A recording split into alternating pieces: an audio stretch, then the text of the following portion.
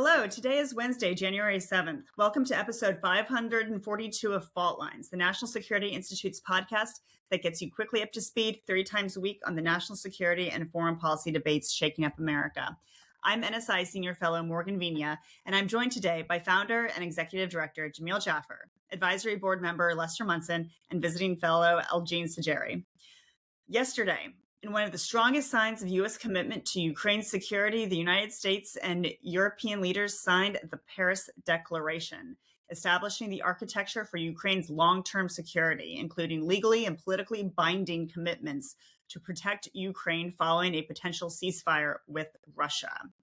U.S. envoys Steve Witkoff and Jared Kushner stated that President Trump strongly stands behind the protocols, which are intended to provide a robust deterrence and ensure any future peace is permanent. Ukrainian officials indicated that approximately 90% of the peace plan is already agreed upon, although thorny issues regarding territorial concessions and the specific line of contact remain. So let's get into it. We're shifting here from Venezuela to Russia, Venezuela to, Russia, Ukraine. There are a lot of, let's just say, overlapping dynamics here. President Trump, of course, hasn't even completed his first year in office. And I think he's gotten more done than many presidents have actually accomplished when it comes to national security in 4 years. And so can you talk a little bit about the significance of the progress that's being made on this Russia-Ukraine peace plan? What is the significance of these security guarantees? And frankly, do they actually matter? And do they get us closer to a peace agreement with Russia? Morgan, I don't think we know yet whether they're significant. I don't think they're bad. And I think any demonstration that the U.S. and European leaders are in accord is a good thing. But realistically, we haven't seen a change in Russian behavior at all in Ukraine. Russia continues to strike civilians.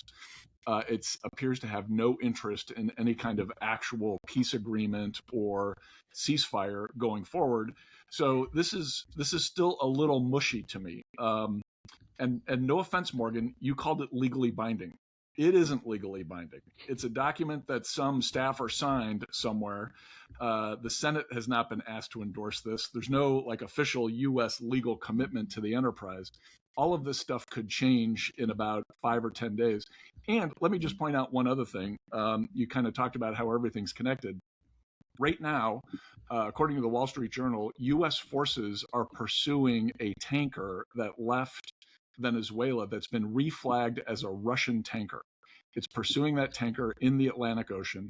Russian military forces are protecting that tanker, and evidently our Coast Guard is boarding the tanker and taking it over. So if potential conflict here directly between the U.S. and Russia over what happened in Venezuela this weekend. So there's a whole lot of complicated reasons why this thing could go sideways. It's probably going, and when I say this thing, I mean the negotiations over Ukraine probably is going to go sideways. I'm not sure how much of a real step forward this is. I hope it's a positive step forward and it gets us closer to a peace deal. I'm just, I await actual evidence of that, though. Mm-hmm. Yeah. So Les, sounds like you're still a little salty over Congress not getting notified last weekend of Don't put words in my mouth, Morgan Vigna. Notification has never impressed me.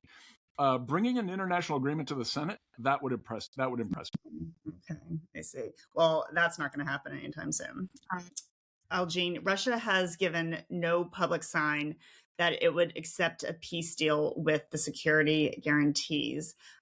There are also other parts of the agreement that Russia would likely take issue with, such as the deployment of a potential British-French peacekeeping force of sorts, as well as potential U.S. verification or U.S. involvement in a potential verification monitoring mechanism. Does Russia get a vote in this? I think that Russia does have a vote in that the behavior is the vote. If Russia refuses to cease fire, then that really puts the European and American allies at in a precarious place. Do they move forward with these plans to put in a monitoring and put troops on the ground when it comes to France and Britain? Do they move forward with these security guarantees if Russia does not comply and cease fire? I think that is really where they have some leverage. And the issue is, what will the U.S. and its allies do if Russia refuses to take the deal seriously? Yeah, can I jump in here? Can I jump in here, Morgan? Yeah, I mean, look, I think Algene's exactly right. I mean, Russia's the key player here. They don't want to do a deal, and so it's great that the Europeans and maybe the Americans have made some sort of deal here. But if you look at this Paris agreement, by the way, it's a bunch of BS, right? Like, there's support for the armed forces of Ukraine, right, which is long-term military assistance, right? That's great, that's helpful. They know it's a multinational force, but all they talk about is the proposed support of the U.S. I've included the U.S. will be part of any effort to support this. On the binding commitments, which to Les's point is exactly right. There's no legally binding requirements here at all, but they agreed to finalize commitments, and the only thing they're going to do is to support Ukraine in the case of a future armed attack by Russia, only to restore peace. And the commitments might include military capabilities. It might include intelligence, logistical support. It might include diplomatic initiatives, and it might include additional sanctions. So we might do something in the future if Ukraine is attacked, only to restore peace. It's a bunch of might. This document is a useless piece of paper. It does actually nothing effective. It's going to give Ukraine and Zelensky top cover to say, I got the commitments I wanted. Great. But the reality, let's be real, this doesn't commit the Europeans or the Americans to a single thing. And that's the sad part about this, because we're essentially handing Ukraine over to the Russians doing this deal. All right, Jamil, strong thoughts. Well, I think, it's certainly not Article 5, but it's not Minsk either. I mean, there are some, cooperation mechanisms in place. It's not quite as weak as Minsk. I just want to say that, because I don't think it's quite as weak as Jamil laid out. That's fair. I'll give you that, Algene. It's not as weak as Minsk, because Minsk didn't have any forces, and so you're right. At least there's a multinational force here. I don't disagree, but let's be clear: the U.S. commitment, at least, is probably less than Minsk in this case, because there's no real U.S. commitment at all. There might be a stronger European commitment backed by this multinational force, but we know the Europeans. Let's be serious. I mean, come on. Stop dissing our allies, Jamil. We're in all seriousness, we're not going to get Ukraine done without them. And again, like, the positive thing here is not so much in the details; it's that the U.S. and European leaders are working together. This whole question of Greenland and whether the U.S. is going to invade Greenland, which, by the way, we are not. We will buy it, though. We will buy it. We will buy it. Yes, we're just haggling over price. Can we just wait for Friday to talk about that? That's a fun Friday. No, it's all. Are we doing it on Friday? Together, Morgan. It's all linked together. This is one long, giant conversation, and that's kind of my point. Which is the Greenland thing is confussing U.S. cooperation with European leaders over Ukraine, and that's something that we should be realistic about. All right. Well, my new goal for the new year is to use confussing appropriately. I like that word. Better than ridiculous. I like that. Okay. So, Jamil, final question over to you. Yeah. A lot has been made this last weekend, rightfully so, of the United States launching, a successful military operation to seize and depose Nicolas Maduro and take him back to New York to be indicted and tried on drug trafficking charges. While the administration has demonstrated that it has the legal authority in its eyes to do so, there are those that have drawn parallels between the United States effectively seizing control of a sovereign country and Russia's invasion of Ukraine. Do you think this is an appropriate comparison? No, not at all. Look, first of all, Maduro was not the leader of Venezuela, right? Zelensky was obviously elected. Everyone agrees on that. Maduro was not elected. He's lost multiple elections, first to Juan Guaido, and then to the person who was replacing Maria Corina Machado, right? So he's already lost those. He's not. Thank you. He's not the leader of Venezuela, to be clear, and he was indicted 5 years ago by the United States on these very drug charges. Now we've updated the indictment to include his wife and his son and a bunch of other people, right? But the reality is he's been an indicted criminal in the United States for years. So we went in and got him in a militarized law enforcement operation. Nothing wrong with that. We've done that before in Panama. Everyone complained back then. Nobody did anything about it. Nobody's going to do anything about this. There's nothing wrong here. This is nowhere near like Ukraine. We didn't invade and stay there. We didn't try to take the land and keep it, right? The president has used words like we're going to control Venezuela. But let's be real. the person running Venezuela is Maduro's vice president, Del C. I mean, if they're going to go in and to control the oil and we're going to control Venezuela, what does that mean? And what signal does that send? What signal does it send to China with regard to Taiwan? I'm just curious. So to me, that is the much more interesting question. I don't think this is about Russia, Ukraine at all, right? We didn't go in and leave permanent troops on the ground. We didn't try to take their territory, right? We put Delcy Rodriguez in charge of that country. She's Maduro's vice president. Frankly, we should have put. What's that?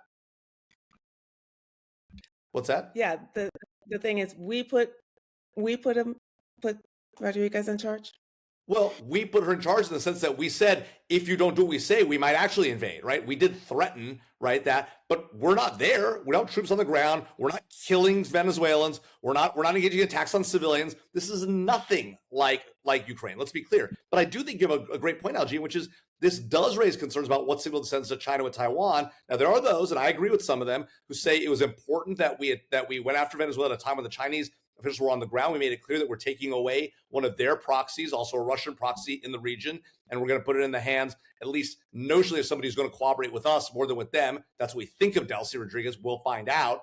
But the problem in Taiwan is this does appear to potentially give them a green light to do Taiwan. But let's be honest about Donald Trump. He might be willing to do that deal. If he can get an economic deal done with Xi, he might very well hand over Taiwan. That's the real disaster in the Indo-Pacific. And that would be a huge problem for the United States. So I'm hoping that doesn't happen. But you're right, it doesn't send a great message. That being said, there is nothing illegal about us going in and arresting a criminal who's been indicted in the United States.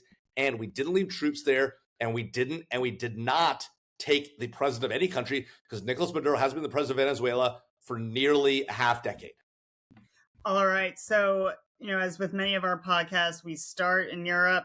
We go to head over to the Western Hemisphere and end in the Indo-Pacific. So that is a wrap. Thanks as always. Right? Thanks as always to Kelly Crowley, Claude Jennings, and the NSI staff for their help in producing today's episode. Join us on Friday, January 9th, for another episode of Fault Lines, the National Security Institute's podcast that gets you smart, fast on the national security and foreign policy debates shaking up America. We are on YouTube, so check out a channel for our video of today's episode. If you like what you heard or saw, be sure to rate, review, and give us 5 stars.